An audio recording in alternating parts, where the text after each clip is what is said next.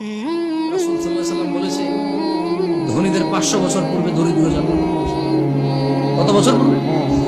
এই দরিদ্র জান্নাতে যাবে যে সালাত আদায় করে না, সিয়াম পালন করে না, ও সারা দিন কাজ করলে খেতেই পারে, জমি কিনতে পারে না, জায়গা কিনতে পারে না, ঘর করতে পারে না, বাড়ি করতে পারে না, কোথাও গিয়ে দাওয়াত খেয়ে 1000 টাকা দিতেও পারে না, কেউ ওকে তাই দাওয়াতও দেয় না।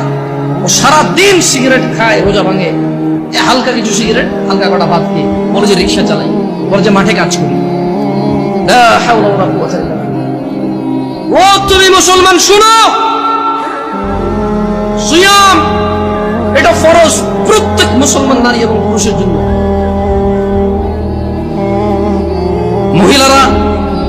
মহিলারা তাদের বিশেষ কিছু কারণে তারা রোজা থাকবে না, পরে আবার কাজা করে নিতে হবে, পূরণ করে দিতে হবে। জেনে নাও বেতাকাবাসী, জেনে নাও আমার ভাইয়েরা, যেই রোজাকে তুমি ভাঙছো রমাদান মাসের, তুমি জেনে নাও এটা সাধারণ কিছু না।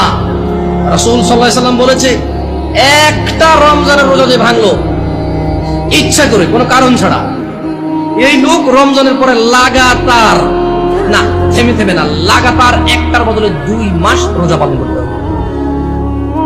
ভাবা যায় এটা কি? তুমি একটু ভাবো, রমজান মাসের একটা রোজা ভাঙলে রমজানের পরে একটার বদলে কাফারা হচ্ছে লাগাতার 2 মাস সিয়াম। এরপরে এটা গেল জরিমানা, এটা গেল কি? এটা গেল জরিমানা। এরপরেও তোমার মাপ চেয়ে নিতে হবে রোজা যে ভাঙছে বিনা কারণে। তাওবা ইস্তিগফার, আল্লাহর কাছে ক্ষমা চেয়ে নিতে হবে রোজা ভাঙার কারণে। মানে একটা রোজা ভাঙার কারণে 2 মাস রোজা থাকলো যথেষ্ট, কি বাকি আছে? মাপ চেয়ে নিতে হবে। এবার মাপ পাইছো না পাইছো এটা কে জানে? তাহলে যে রোজা আমরা ভাঙি, এটার একটার বদলে কাফারা কত মাস রোজা? এটা কি মানে ভেঙে রাখা যাবে নাকি লাগাতার? আল্লাহু আকবার।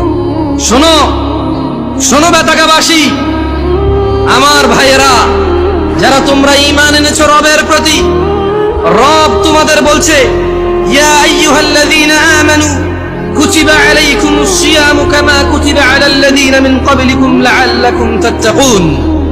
বেতাকাবাসী, তোমরা যারা আল্লাহর প্রতি ঈমান এনেছো, যারা তোমরা ঈমান এনেছো শেষ দিবসের প্রতি, যারা তোমরা জানো এই পৃথিবী চিরস্থায়ী নয়, মৃত্যুর পর সাক্ষাৎ করবে তোমরা পৃথিবীর প্রতিপালক মানুষের স্রষ্টার সাথে, যিনি আমাদের সব কর্মকাণ্ডের হিসেব রক্ষা করছেন, এবং সেই হিসেবের সম্মুখীন আমরা হতে হবে।